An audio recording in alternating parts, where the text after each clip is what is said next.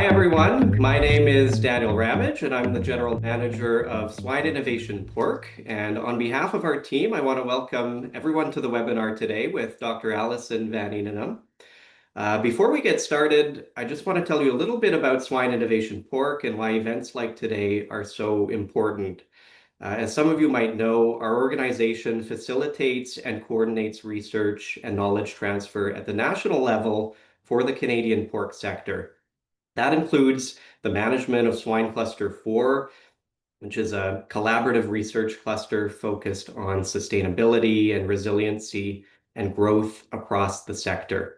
So that cluster, it brings together more than $20 million in industry and government research funding across 15 large-scale projects, more than 50 researchers, 13 institutions, and many, many industry partners. And our work with the swine cluster underpins our mission of facilitating innovation and knowledge transfer for the entire value chain, from producers to processors.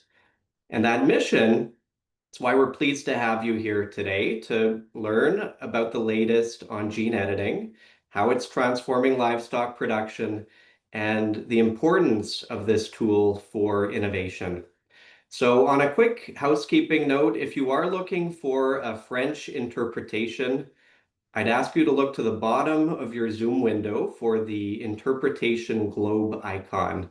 Et je répète en français, cette présentation est disponible avec une traduction simultanée.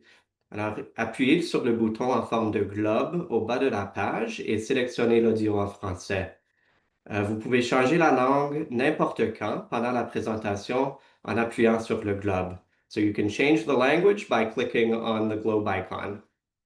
Now, finally, at the end of Alison's presentation, we should have about 10 to 15 minutes for questions. And if you have questions as we go along, just please feel free to submit them by clicking on the Q&A button on the bottom portion of your screen. We're going to get to as many of those as we can. Now, without further ado, I'd like to introduce Dr. Alison Van Eenennaam. Dr. Van Eenennaam is a distinguished professor of cooperative extension in the field of animal genomics and biotechnology in the Department of Animal Science at the University of California, Davis, where she's been on the faculty for over 20 years. Dr. Van Eenennaam received a Bachelor of Agricultural Science from the University of Melbourne, and both a master's in animal science and a PhD in genetics from UC Davis. Her research and outreach program focuses on the use of animal genomics and biotech for livestock production systems. And her research program includes work on the use of DNA information and biotech in beef cattle production systems and the development of genome editing approaches for cattle and sheep. Dr. Van Eenennaam has given over 850 invited presentations to audiences around the world and uses a variety of media to inform audiences about science and technology. So we're incredibly fortunate to have her here sharing her insights with us today. Now, Dr. Van Eenennaam, I'll turn it over to you. Take it away. All right. Daniel, just tell me if everything looks good on your end. And yes, you can hear that me? Looks good. Perfect. All right. Well, good afternoon, morning, Canada. Thanks for the invitation here. You might notice I'm a little bit of a beef person giving a talk at a pig meeting, but that's okay. It's all the same at the DNA level. And so, as was alluded to, I am an animal breeder, and I am always amazed at the changes we can make to our animal populations just based on conventional breeding. So selecting for animals that have a particular characteristic or appearance or phenotype that we like. And of course, this is kind of amusing to look at relative to the ancestor, the wolf, but all of these different breeds of dogs have been created through selection on naturally occurring genetic variations that exists in the wolf genome to produce domesticated dogs of different types. And this is a really important kind of understanding of this is how we developed our breeds of animals, is selecting on naturally occurring genetic variation, also called mutations. And that is the very basis and actually the engine behind conventional animal breeding is this variation that exists in the genome of our domestic animals. So that's conventional breeding or selection. And then I'm going to talk today about more biotechnologies and specifically genetic modifications, which is kind of an amorphous term that doesn't really mean anything. And so I'm going to use very specific terminology to discuss genetic engineering, which is an older technology that first was introduced in around 1985. And that was when the first quote unquote transgenic pigs and sheep were produced.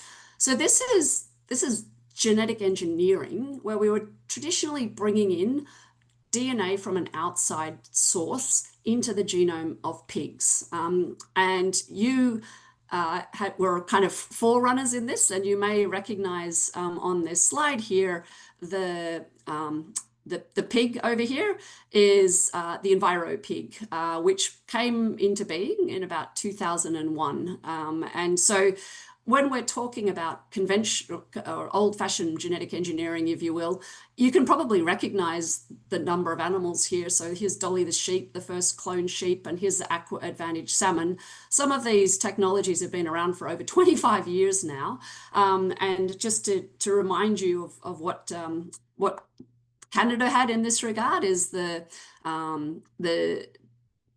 low phosphorus manure, the Enviro pig that was produced at the University of Guelph, which was expressing a transgene that in its saliva that produced phytase, which broke down inorganic phytate and therefore reduced the amount of phosphorus pollution in pigs' manure.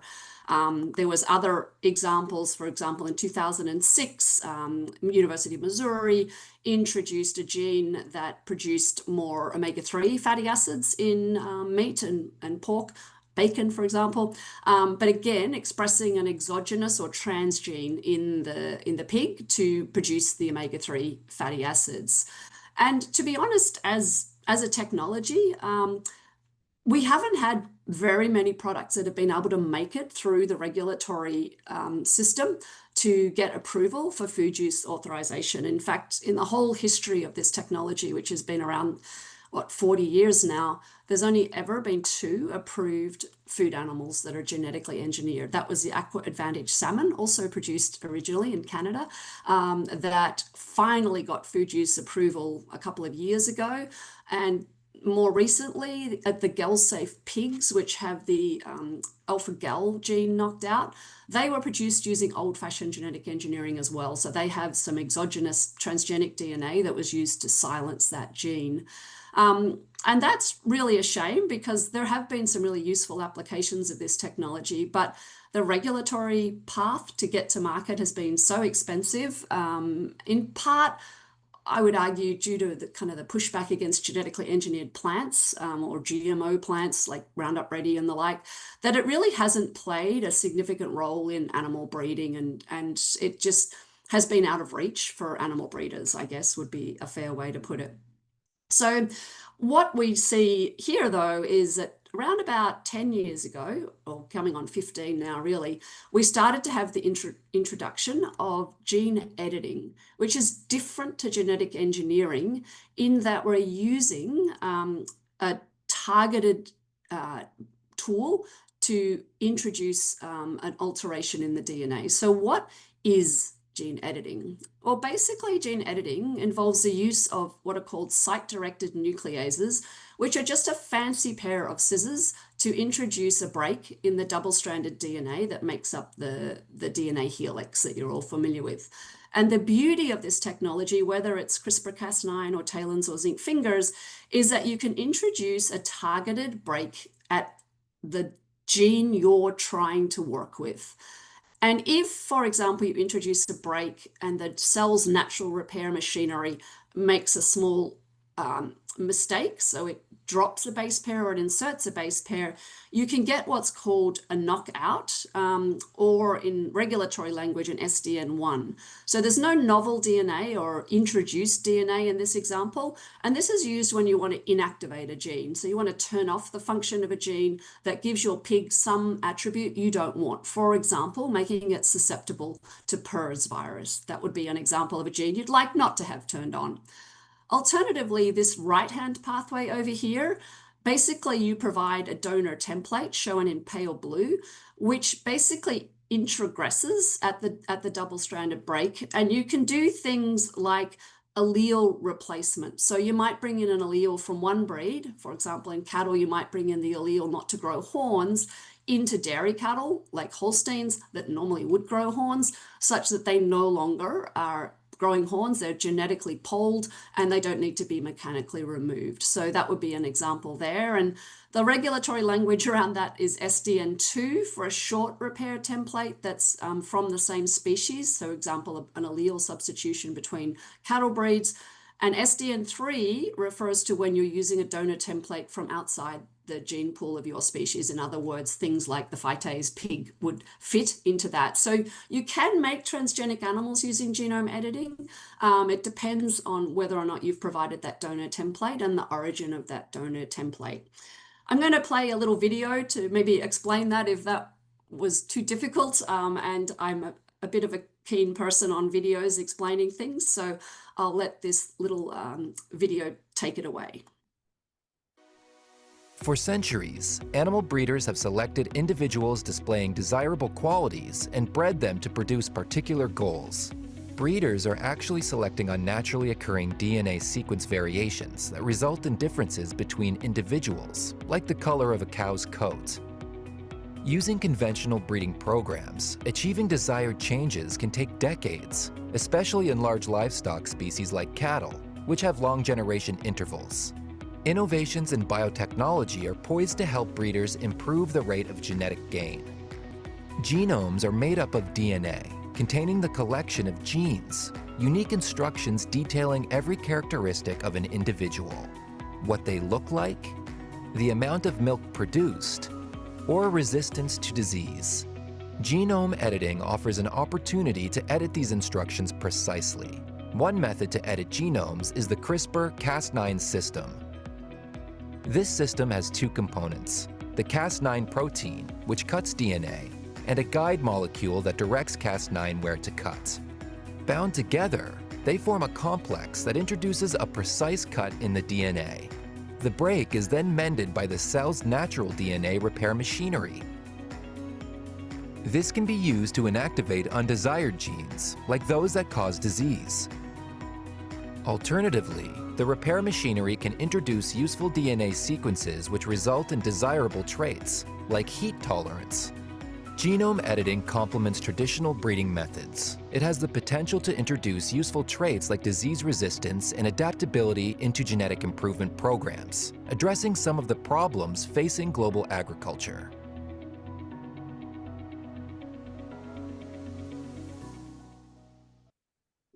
So hopefully that reinforced what I just said. And I think perhaps the most important question is not how, but why. Why would we want to use this technology? And I'm going to show you a summary of where researchers are working in this space. And this is basically a summary of about all of the peer-reviewed publications that exist in the scientific literature pertaining to genome editing of animals for food production. And you can see broken down here by animal groups, and so the monogastric mammals, the purple of course is the pigs, and you can see that it's being done in a range of different species. And perhaps not surprisingly, one of the main traits, or the most common trait that's targeted, is yield, and that's partly due to the fact that there's one gene that can be really impactful on yield, and that's myostatin. And so a lot of basic researchers have kind of knocked out myostatin in their favorite breed. But importantly is this biotic stress, which is the third one from the bottom there. And you'll notice there's a very big purple bar here, and that's because there's a lot of groups working to produce disease-resistant pigs, and particularly to focus on PRRS and other diseases like African swine fever and conventional swine fever. So there's a lot of emphasis on that, and I think that's what I'm going to talk a lot about today, just given the approval of the PRRS pig. There's also things to, for example, knock out allergens in meat. For example, the alpha-gal pig, you could now replicate the alpha-gal pig using genome editing that wouldn't introduce any transgenic DNA, so you could inactivate that gene. And then there's other things like the quality of the meat and abiotic stresses, preparing animals for a warming environment, for example, heat-tolerant cattle. And so if we look at pigs, a really big focus is this biotic stress. And so a lot of my talk today is going to focus on this particular example, which has been around for 10 years since the publication in Nature Biotech, where basically researchers at the University of Missouri inactivated a gene in pigs that makes them no longer susceptible to the virus, porcine respiratory syndrome virus. And they did that by basically targeting what's the entryway or the site where that virus binds to gain access to the pig. And so if that little moiety of that protein is no longer there, there's nowhere for the virus to bind. And so it just presents as a pig that doesn't really have a spot for the virus to gain entrance to the pigs. And I'll be talking a lot about this. Importantly, I think to see, it's been 10 years since that was first published.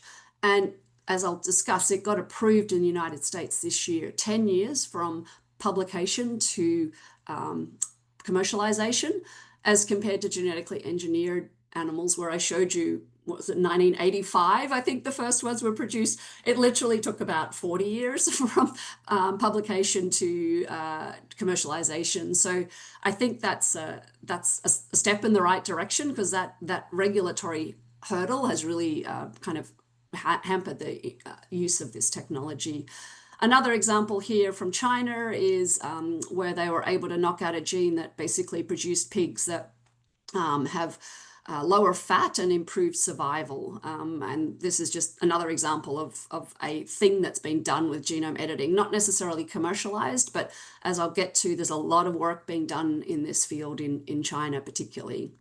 So how do you go about editing a pig? Well, you go about it in the same way as you edit any large animal. And basically, what's important from an animal breeding perspective is that we need to edit the germline. That is the cells that are going to produce sperm and eggs. And that's quite different to human editing, where we're often trying to cure patients of leukemia, and so we're editing their somatic cells. In the case of animals, we want to get to the germline, and ideally, we would like the germline of that newly developed zygote or embryo to have homozygous edited alleles, meaning that we edited both the paternal and the maternal, or the one from mum and the one from dad, so that it'll pass on true in a homozygous form to the offspring. So if, let's just say, our target is trying to make little a add a gene from big A, then all of the animals that the little a homozygous produce will inherit that little a allele from an animal that's homozygous. That's ideally what we want to do. So how do we go about doing that? And there's two basic ways you can do that. So the first is to take a somatic cell, so maybe an ear biopsy, produce a cell line, and then use CRISPR-Cas9, for example, to introduce the edit into the nucleus of this cell line.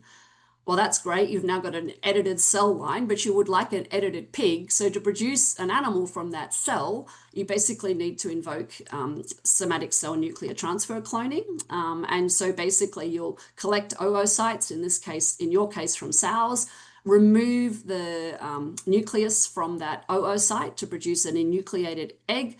Then this edited nucleus will be put into the enucleated egg, and it's activated through somatic cell nuclear transfer cloning. And then in the case of cows, 9 months later, you'll get a homozygous non-mosaic animal. If you've got that's what you cloned. And in the case of pigs, I guess, 3 months, 3 weeks, 3 days, if I remember my Animal Science 101, that's how long it would take. So the advantages is, once you clone this animal, you've got whatever genotype it was back here, because you're basically cloning or replicating this particular genotype.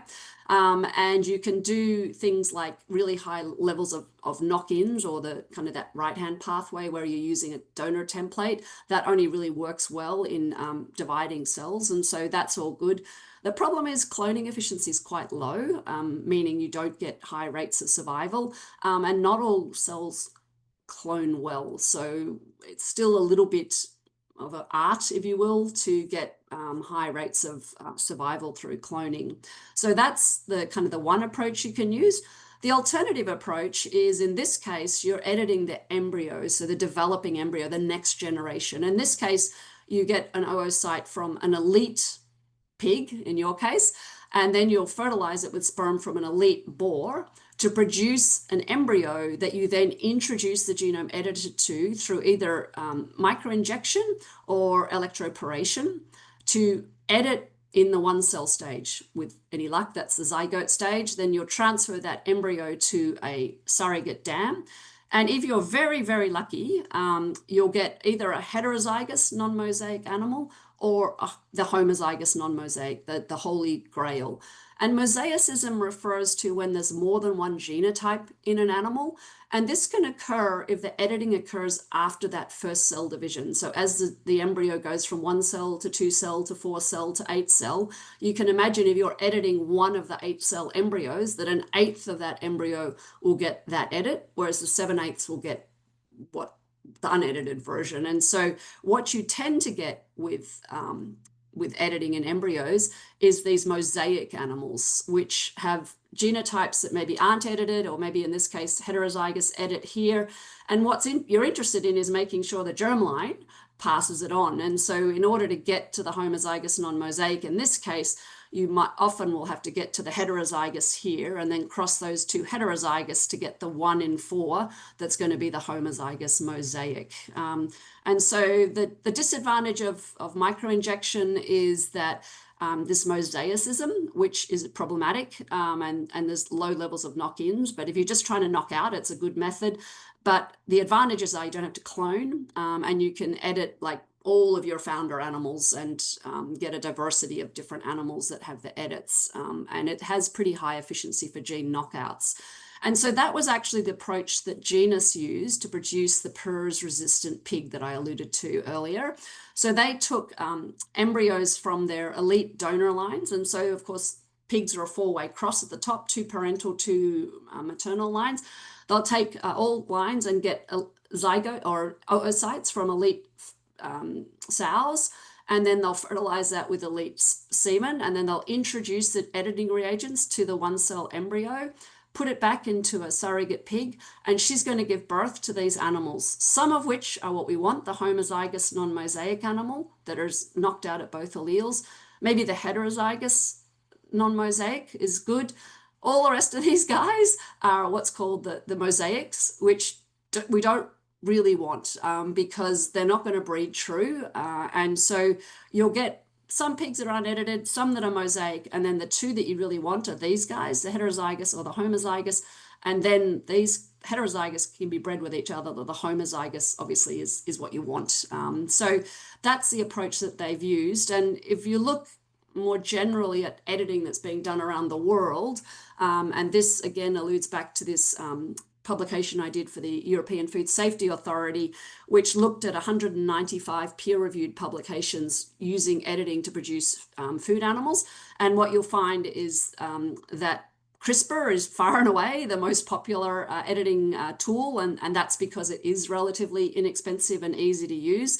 And if you look at all of the different applications, about 30% of the applications used cloning to produce their end product. So, and that's often when you want to knock in, as I alluded to earlier. About 60% used this editing in the embryo, and so the mosaicism kind of issue that I alluded to there. And then the rest are things like chickens, where you have to use an entirely different approach that I'm not going to go into because it's not relevant to mammals at the moment. But in general, the majority, about 3/4 of these applications, have been gene knockouts, meaning that left-hand pathway where there's SDN1s, you're not introducing any novel DNA and you're not using a DNA template. And that is, for the most part, what has reached the market at this stage. So where is this work being done? And as part of this work for EFSA, I put together this database that you can find at this location, where if you click on this, you can get in and have a look at all of the different applications that are being worked on by researchers around the globe. These are not necessarily commercialized. They're including also research. So like my type of research, I'm not commercializing anything at a university. And so what you'll find is shown on this little graphic, and it's quite telling.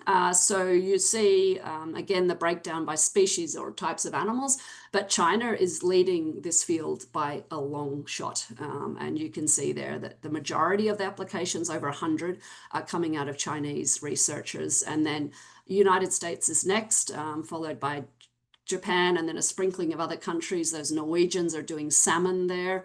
And then Australia's doing chickens to try to produce female-only lays in the case of laying hens. You'll notice there's noticeably absent is Canada on this list. So there wasn't any peer-reviewed papers with genome-edited animals in Canada.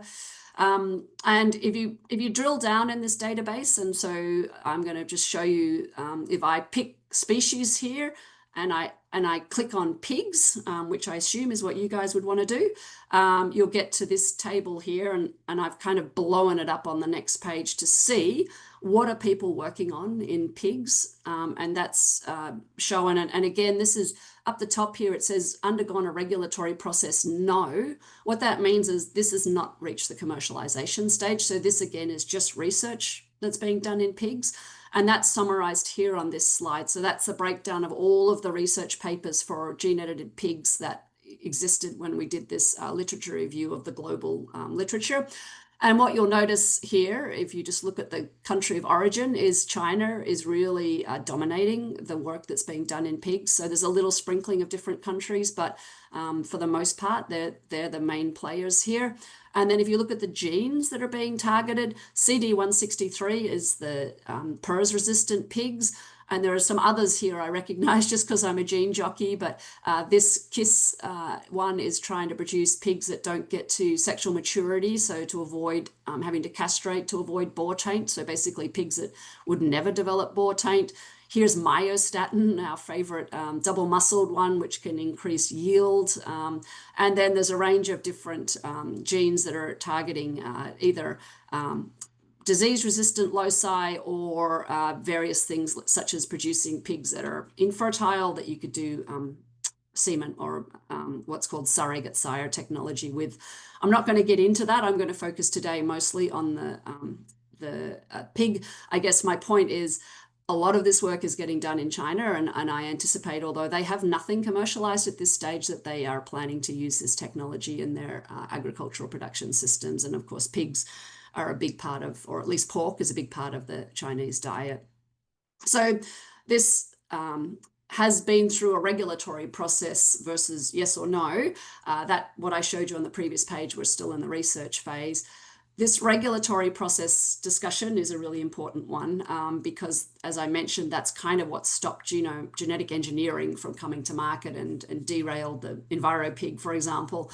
And basically, we have a question here, which is, when should we treat these products as quote unquote a GMO? And again, I hate that expression because what does it even mean? Is surely a Chihuahua is a GMO relative to a wolf?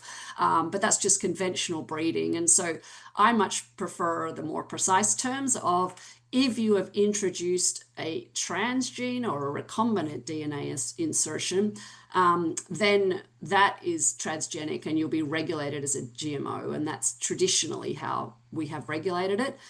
Natural breeding and even mutagenesis breeding, which is used in plant breeding, where you expose seeds to radiation to introduce intentionally gene edits or naturally occurring spontaneous, that's traditionally not been regulated. Even in like the organic industry, you can use radiation breeding in your cultivar development. But what's kind of in play here is these changes that are possible with genome editing. So the SDN1s, the SDN2s, the SDN3s that are cisgenic, that is, the template is coming from the species you're working in. So maybe you're introducing an allele from a gene from one breed of pig to another, but it's a long template. That's probably not going to be differently treated than if it's a template that comes from a different species outside the germplasm. That's a transgenic repair template. And for the most part, the kind of the global communities come down to if there's any DNA outside the species, that's going to be regulated as quote unquote a DNA, because that's the definition in the Cartagena protocol of what's a living modified organism. And then these that all can be produced using conventional breeding. There's no foreign or transgenic DNA. They're not going to be treated differently to conventional breeding. That's kind of where the global regulatory community is. But there's really, really the kind of the unclear bit is this: when is it a long template cisgenic that should be regulated versus a long template that's transgenic? And I think the language is so murky that it's really a bit unclear at the moment. So this slide kind of summarizes the global approach that's being taken to genome editing products in animals. So this pale or green color here is basically countries that have regulatory policy associated with genome editing, and led by Argentina and followed up by a lot of the South American countries, is an approach where if there's no exogenous or transgenic DNA introduced, then they're not going to treat those products differently to conventional breeding. And then there are other countries that are still in making up their mind. For example, India here. There are some that have just got decisions as it relates to plants. They haven't decided what to do with animals yet. And then there are some countries, and South Africa would be an example here, where if you use gene editing, it doesn't matter what you did. If you just deleted one base pair, you're going to be treated as a full GMO and have to go through a full GMO regulatory approval process. So as a result of this approach that was led by Argentina, what we see is in countries that have this kind of an approach, and I should mention Canada here is in green, they have a novel product regulatory approach. So in theory, they don't care what method you use to produce your novel product. Is any attribute of the product novel to the food supply? So for example, theoretically, if you're editing to produce something like a polled Holstein, polled already exists in our food supply, it's not a novel phenotype, that wouldn't trigger the novel food regulatory approach. Theoretically, now it hasn't been tested in Canada yet, but that's kind of the approach that's been taken by the Canadian government. As a result of the approach that's been taken by the South American governments, what we see is that there have been a number of animals that have been given the green light to go to market based on the fact that there was no new combination of genetic material, and so it's not considered as a GMO. And you can see here they've got some horses that have been myostatin edited to theoretically run faster. I wouldn't bet my money on that. We've got some edits to include things like slick and cattle, and importantly down the bottom here you'll notice that the PRRS resistant pigs has been given a non-GMO determination in Argentina as well. And interestingly, if you look at Argentina, who was first out of the gate with this approach to the regulatory relative to kind of conventional GMOs, when they were regulating conventional GMOs as genetically engineered, almost all of their applications were coming from foreign multinational companies, a la the Monsantos of the world, if you will, partly because the regulatory approach was so expensive that no normal mortal could afford to do it. And you had very little interest from local public universities or research companies. When they switched to this approach for genome editing, where they just said, is there foreign DNA or not? And if there isn't, we're not going to treat you any differently to conventional breeding. It still has to be safe, same way your pigs have to be safe. They just don't have to go through an additional regulatory layer. What you see is this dramatic change to where local companies and public researchers, such as myself, can actually bring products to market, and small companies and foreign medium enterprises are bringing, and only 9% of the products now are coming from large multinational corporations, which is what everyone says they wanted. So I would say that's a step in the right direction. And similarly, the breakdown of the products that have been introduced in Argentina went from basically, oil seeds and cereals with a couple of vaccines and other applications, to basically more than a quarter of the applications coming from farm animals in the dark blue here and aquatic animals, fish in the maroon.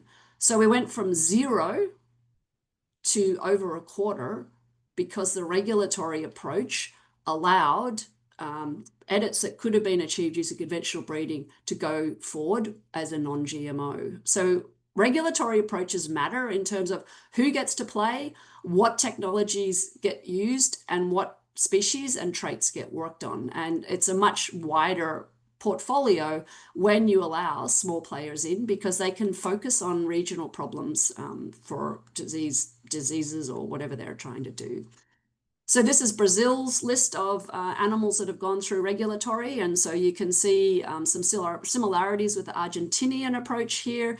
They've also approved a myostatin bull. This is a Nelore bull that has the double muscle phenotype. And then you'll notice here the pig also has received a non-GMO determination in Brazil. And if we look at the list of different countries that have made non-GMO determinations, I want to draw your attention to this interesting example down the bottom here of 3 fish species that have received not only regulatory go-to-market approval, but are actually for sale to consumers in Japan. And so there are basically some knockout fish, either myostatin or leptin receptor, that get to market weight in about half the time of non-edited fish. And ironically, they did puffer fish, which of course is a highly toxic fish, but very much a delicacy in Japan. And they have basically, it was a local university researcher brought that product to market. And they anticipated that there was going to be a big anti-backlash from the consumers of Japan, based on their experience with conventional genetic engineering. So the previous GMO food controversies were really driven by media and consumer group coalitions that were always questioning the safety of these products and the environmental and risk safety. And it was anticipated that these newer technologies would raise similar concerns. And so when they polled the Japanese people about how to regulate these, the Japanese populace was like, oh my God, we have to have the highest possible regulatory bar as in the world.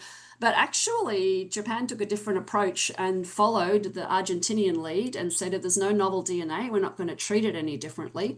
And so the thought was that there'd be quite a lot of pushback. But what they found was that although there was some attempts by some of the kind of groups to get some public angst going, it just didn't develop into mass mobilization. And ironically, the media coverage was mostly positive, I think in part because it was actually a local professor that was commercializing these. He just took what he developed at the university and formed a little company and went to market. So I think it's an N of one or N of one country, but it's quite a hopeful scenario for at least fish in Japan. So the USA has a different approach to regulations you may have heard of. So they basically have categories of how they approach this. So basically they say, if you're editing in a rodent or a model species, we're not going to interfere with you.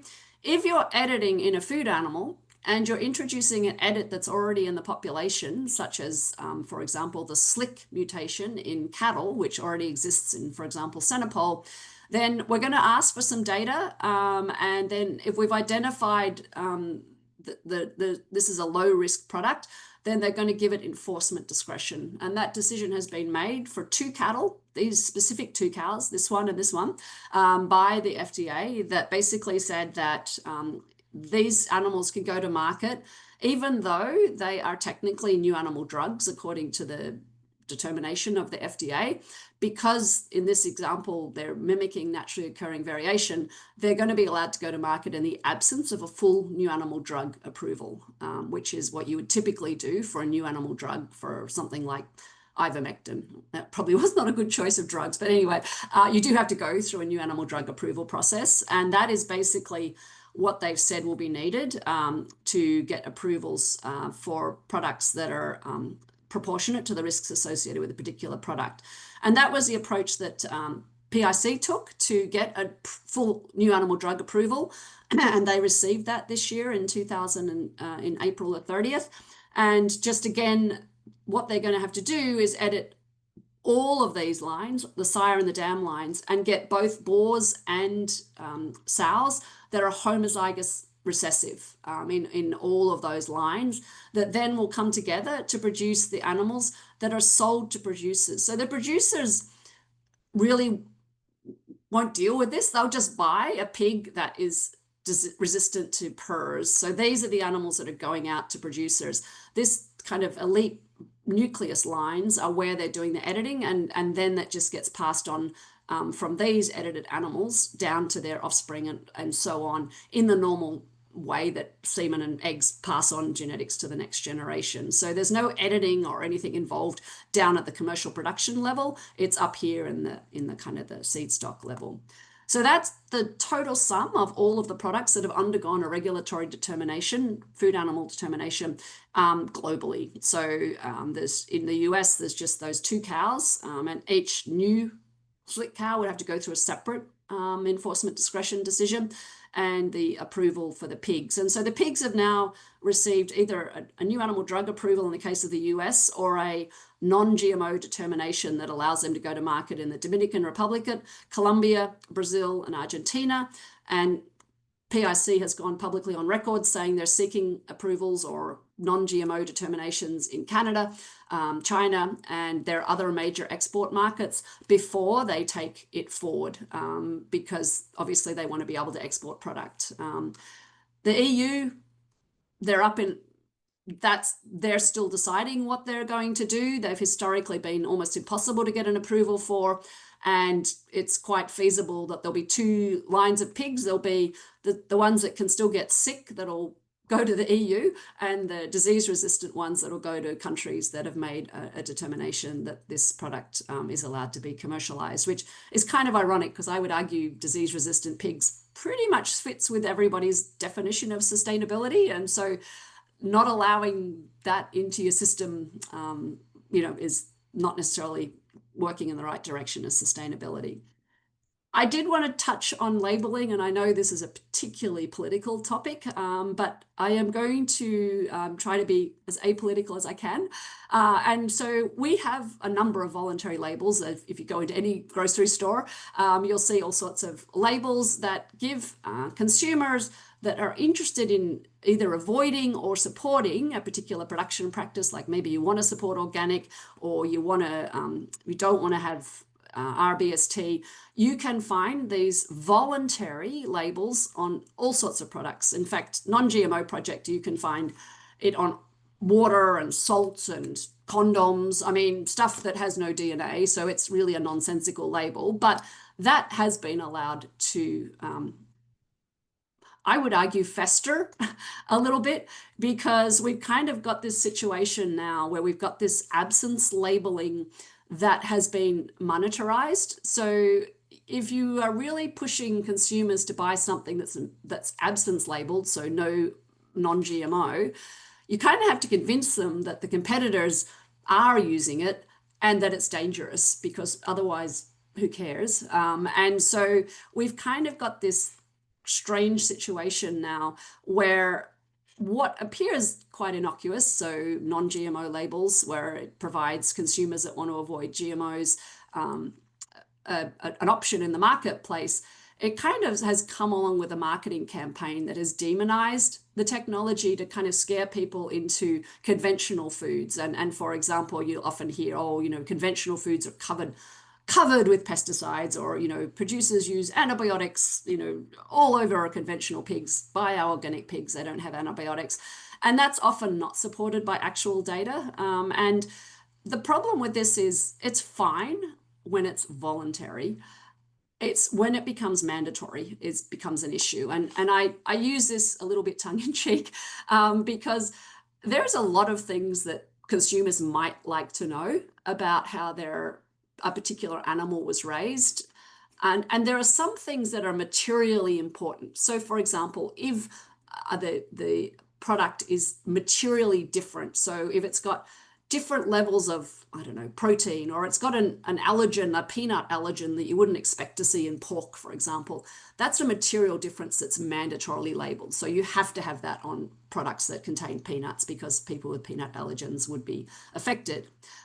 Everything that's on this facetious label doesn't affect the material difference of the product. So whether it's a crossbred animal, or whether it was bred through AI, or whether it was embryo transferred, or whether it was immunized with a recombinant DNA vaccine or treated with, none of that affects this product at the end of the day, because that product came from a healthy animal, because that's the definition of allowing an animal to go into the food supply. Ironically, the only thing that's probably materially important here is the warning not to eat this product raw, because there are actual food safety hazards associated with consumption of uncooked meat.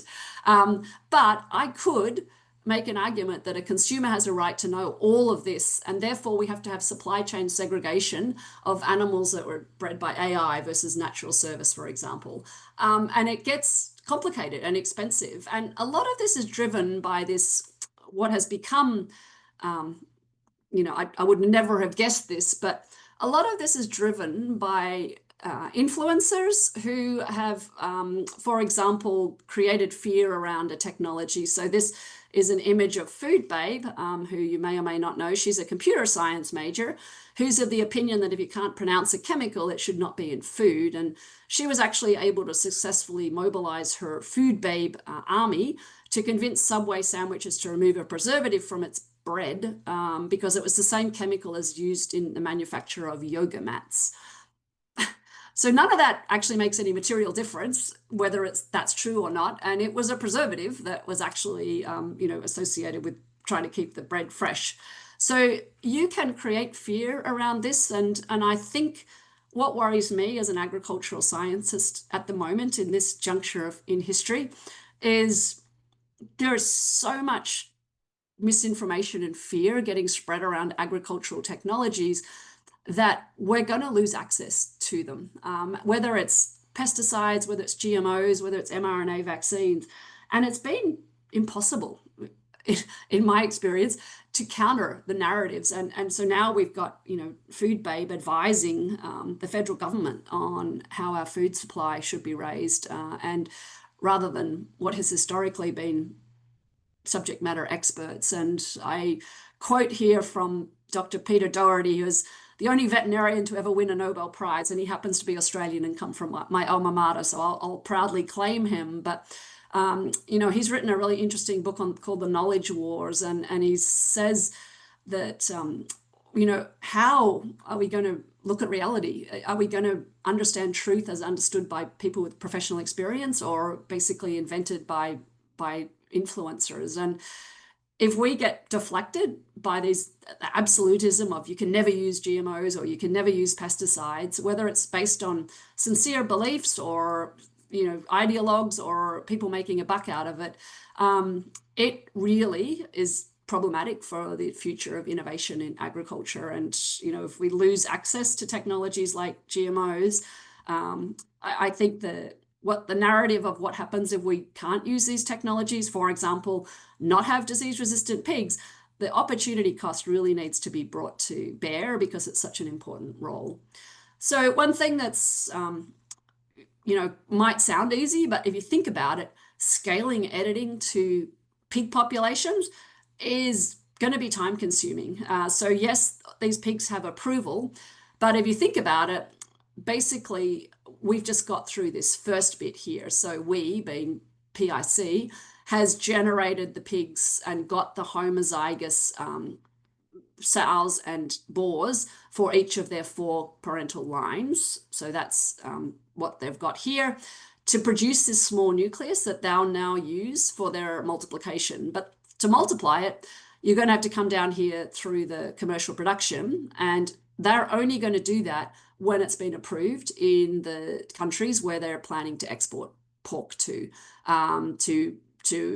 ensure that they have the ability to use it. And that's going to just take time for those pigs to get down into the commercial production sector. And it's just a matter of how long it takes for elite genetics in the seed stock to come down to the commercial sector. It's called a genetic lag period. And so although it's been approved, there's nothing currently being sold, and they've said they won't sell anything until they've got the approval in their main constituency countries. So that's kind of the status of it. So I hope I've convinced you that, to me, genome editing is a very useful tool to introduce traits like disease resistance into an existing breeding program. Like, none of this is going to eliminate what breeding companies do, like PIC, for example. So you've got to develop your breeding goals and performance record, progeny test, AI, ET, genomic selection, maybe cloning. And then if that's all happening, then maybe you can use genome editing to introduce a new trait like disease resistance into the elite nucleus sector of your breeding pyramid. So we're not reinventing the wheel or replacing breeding companies. We're just got a new tool that can add a cherry on top. And, you can eat a sundae without a cherry for sure. But if you could have PRRS resistance, would that not be something that would be desirable and align with your breeding goals? And so really, whether or not we're able to use it, to me, is going to be dependent on this regulatory approach of global regulators. And to me, the importance of having a risk-based rather than a process or technology-based regulatory is super important, because we've had a process-based regulatory and it has not served our industry well, in that it's been so complicated and expensive to get through regulatory. We haven't been able to bring anything to market. So in summary, genome editing offers an approach to introduce useful genetic variations in alleles without the linkage drag that's typically associated with crossbreeding. So basically all the other DNA that you get when you crossbreed two breeds of pig. Scaling it to commercial livestock programs is going to require the editing of those elite animals at the top of the breeding pyramid, and then it has to come down. But the regulatory approach has to be able to look at them and give them the go-ahead to come to market in a timely fashion. And I would argue that has happened, especially in the South American countries and even the US. That was 10 years from publication to basically approval. That has to be how it is, because of course every generation the pigs are getting better, and so you need to kind of keep the editing going in those new elite lines of pigs to keep it kind of going through and keeping your genetics at the top it can be. As I've alluded to, regulators in many countries consider simple edits like knockouts or moving an allele from one breed to another with no foreign DNA, and that's transgenic DNA in older technology, to be non-GMO, and so they're not holding them to a different regulatory standard to conventional breeding.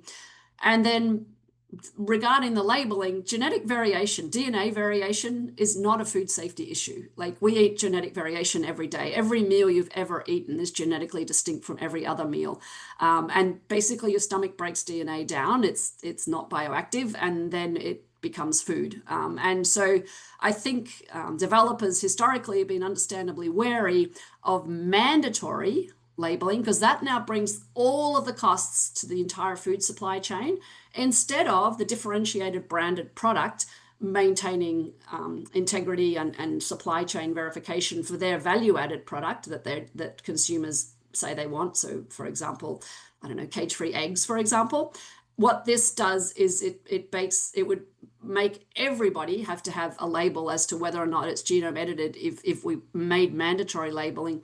And that means you'd have to separate pork supply chains to be able to truthfully label that if it's mandatory. And that puts quite high costs onto the supply chain, to such a level that in the case of recombinant bovine somatotropin, it effectively resulted in that technology being removed from the market, because keeping milk separate is basically impossible in a creamery. And so the creameries just said to the dairy producers, you just can't use that technology if you want to ship to us, because we want to put the no RBST label on there, and we're going to get a market advantage. And they probably did for 5 years until nobody was using it. And now nobody's using it, and the environmental footprint of a glass of milk in America is about 8% higher than it could have been if we could have used that technology. So that opportunity cost, again, is a really important factor in this space. So I thank you for inviting me here, and I'm sorry, interpreter Dorothy, I hope I didn't speak too quickly, and hopefully it was intelligible. And I will now stop sharing and happy to take questions. Okay, thank you very much, Alison. And I just want to mention, we do have in the audience today a cross-section of people from across Canada, across the whole value chain, from producers to processors, people in government. So I am excited to get some questions in. So encourage everyone, if you do have some questions, some thoughts, please chime in the Q&A function at the bottom of your screen. One of the first questions we have, Alison, is around gene editing. And do you think it can lead to new types of pork products designed for specific markets? For example, healthier meats, climate-friendly products. And how close are we to seeing that? Yes and no. So at the moment, what we're quite good at doing is editing a single gene. So for example, the PERS gene is is just one gene, and basically you take out a little snippet of that gene and you get the disease-resistant pig. And that's not that common in biology, that one gene does one thing, and you edit that gene and you get your phenotype. So it does exist. For example, coat color in cows, you can change black cows to be red. But most traits, like eating quality, are going to be multigenic. So there's going to be tens, if not thousands, of genes involved. And so I think if you're talking about editing for traits, there are some examples, like, for example, that low-fat pig with improved survivability. That was a single gene trait. So there are some examples. But if we're talking pork quality or healthier pork, so would low fat be healthier? Maybe you could make that claim. But things like, for example, high omega-3 pork, that would actually probably require introducing a foreign DNA to introduce basically the enzyme that makes omega-3s, because mammals don't contain that. That's why fish, or it actually comes from the algae. That's where that omega-3 comes from. So I think we're a long way from being able to do multigenic traits. There is some work where people have done 2 or 3 genes, but I think for the most part it'll be kind of the ones that we know have a big effect on a trait that's economically important will be the focus to warrant the investment that's going to be required, like what PIC is investing to bring those products through the regulatory approach. So that would be my guess as to what will be the first things coming through. Okay, thank you. Next question is, do we know how different countries will handle situations where the gene edit is exported accidentally? So an adventitious presence style of scenario. Can you comment on that? Yeah. So adventitious presence refers to a crop biotech term where there's a bit of seed in there that's got a transgene that hasn't been approved in whatever country you're going into.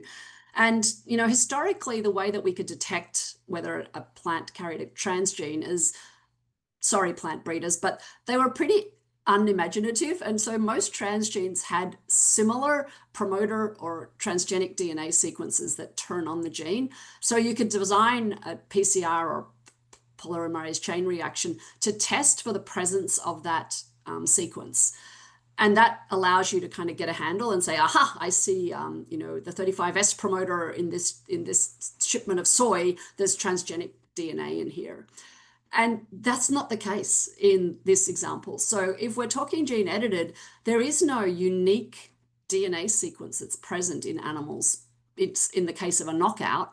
So there's nothing to design an assay to. So if I told you I've got a polled Holstein and you did a PCR and you saw what allele it had, you wouldn't be able to tell if that was bred in naturally by mating that Holstein to an Angus, or if I gene edited it, because it's genetically absolutely identical. And so there's going to be real difficulty tracing naturally occurring mutations, because that's basically what we trade is naturally occurring mutations, and there's no novel assay to test for that. So it is really hard for me to, in that example where an Argentinian semen is coming in and getting used to mate cows in America with a trait that already exists in our population, let's say slick, there's really no way for you to go in and say, aha, I see a gene edited cow here. And so what the federal government in America has said is that the developer is meant to apply for a drug export tolerance to bring that product into America. But I don't know how you have a tolerance for the missing bit of DNA. So export tolerances usually talk about, if I'm using a drug that's not approved in Canada, it can only have 1% of the active residue in when I export that pork to Canada, or there's some number, no more than 5%. What is no more than 5% of a genomic deletion exactly? And how would you even calculate that? Like, it doesn't even make any sense, because these are not drugs. It's genetic variation. It's the basis of our selection programs. And that regulatory approach makes no sense whatsoever. So I don't know the answer, who's going to get sued, but hopefully not me. Okay, thanks for that. We just have time for probably just a couple more questions. So the next one is related to your slide presenting research papers in countries around the world, and large investments being made in China. Do you think North America is on a trajectory to be keeping pace? No, Yeah. not even close. Yeah, we're going to get whooped. And maybe that's fine. Developing countries are where the food insecurities are, and God knows they got a giant population to feed in China. Brazil's all over this, Argentina's all over this. So maybe it just moves to developing countries that value innovation, and we can continue to be very precautionary because we don't have the same food insecurities or demand perhaps as other countries. I feel like we're kind of moving in the European precautionary direction, which I would not argue is good for sustainability of global agriculture, but it certainly feels that way. But yeah, the investment here is just laughable, to be honest. Okay. Next question, and this will be our final question just because we're running out of time here. But it's, if you were advising a producer group or a breeding company today, what should they be doing right now to prepare for a future where gene editing is prominent and being applied? Well, I'll give credit to PIC. They've been very transparent about what they're doing, and have published the papers that I cited in my presentation. Like, I was able to give you actual data from a peer-reviewed publication because they published it. That was not required, but I think they maybe looked at the lessons we learned perhaps from genetic engineering, and decided to be very upfront about that. And they've also been doing consumer polling work and working with the marketers of their product to explain this. And to be honest, disease resistance is a pretty nice trait out of the gate because it's a triple win for sustainability. So better for producers, better for the animals, and better for the environment. So that's a relatively good story to have. Where I think the rubber will meet the road, and what happened with recombinant bovine somatotrophin historically, is basically the food distribution companies. So if we have a Walmart, or I don't even know I forget what your brand of supermarkets are up there, that decides they're going to get some sort of a competitive advantage by kind of commercializing and being loud and proud about not having gene edited pork, then I think that's where we kind of get the rub. And as I mentioned earlier, you kind of have to create fear for people to buy your more expensive, basically disease susceptible pork, which it becomes a little bit harder to me to be loud and proud about having pigs that do get sick, rather than pigs that don't get sick. And that story, I think, should be loud and proud and labeled in a positive way. Like, this pork is from animals that didn't get sick, and it's a more sustainable pork. And I think Genus or PIC is trying to make that argument, and I think it's a legitimate argument. I mean, it is more sustainable to have animals that don't get sick, and anyone that's had PRRS on their property probably didn't enjoy it very much, and would rather it wasn't there. And so here is a biological way to control it that is basically, to me, a better approach than treating sick animals with antibiotics and having them die. And that sustainability argument, or the opportunity cost of not allowing the technology, might be really play out in real life if Europe won't allow these pigs in and everywhere else is able to use them, because they're more or less tying their hands behind their back and saying, we will stay with the disease susceptible animals, which just becomes a more difficult argument to make maybe than historically Roundup Ready crops. It was easier to make that argument than this one, which doesn't involve any inputs, and it's better for animal welfare and better for producer sustainability. So I think it's a different story, and we need to tell that story, and because that's really, at the end of the day, what we're trying to do here is solve a problem that we have using genetics rather than basically antibiotics. Very interesting and very excellent points, Alison. So on behalf of everyone here today, I do want to thank you for taking the time to walk us through your expertise in this area, for sharing your knowledge. This is an incredibly important topic, a technology where there's a huge amount of interest, and the turnout in this webinar speaks to that today. So on behalf of everyone, I do want to thank you for sharing your insights with us today. Okay, thanks a lot, Daniel, and bye, everyone. All Thank right, you. thank you.